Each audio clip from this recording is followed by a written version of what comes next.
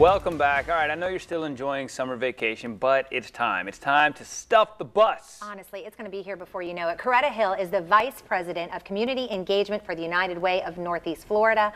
Welcome to First Coast Living. Thank you. Thanks for having me. Unless somebody's been living under a rock for the past many years and doesn't know what Stuff the Bus is, explain to everybody what you're doing for the community. Absolutely. Well, first of all, it's what First Coast News is doing. We're a partner in this work.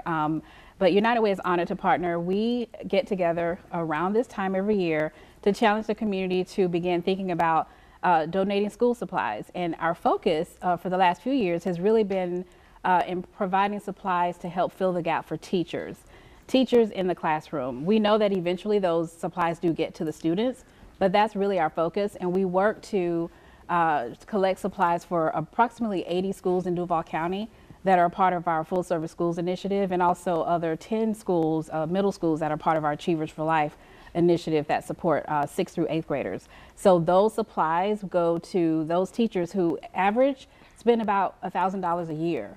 I would say about 95%, if not more, but the latest research shows 95% of teachers go in their own pockets every year to supplement supplies that many of the students can't afford. Good stuff. And we got some of the supplies and ideas for you on the table here in front of us.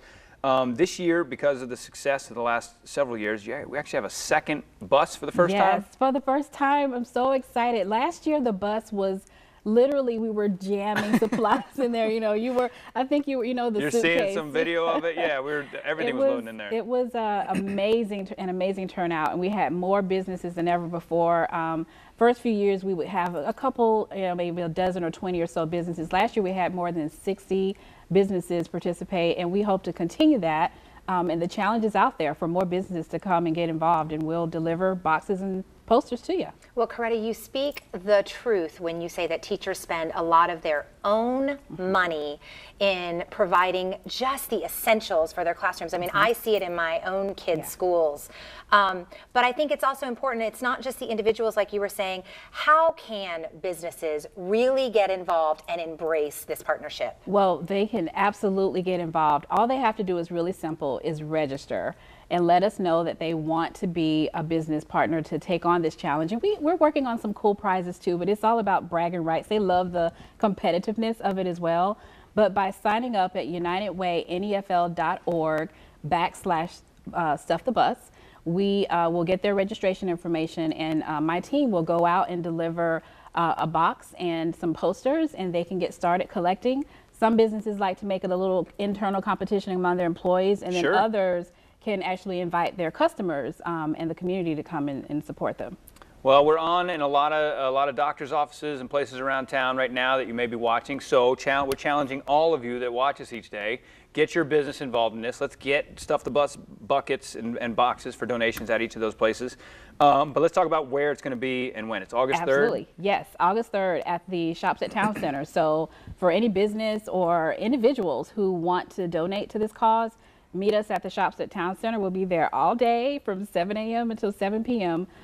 Collecting school supplies. They're in the parking lot of what we just talked about, the empty lot now next to the former Toys R Us. But we'll be in that parking lot collecting supplies. Can't miss it. 2 buses. And quickly, so what should people bring? I mean, obviously you've got the essentials, Ticonderoga pencils. Absolutely.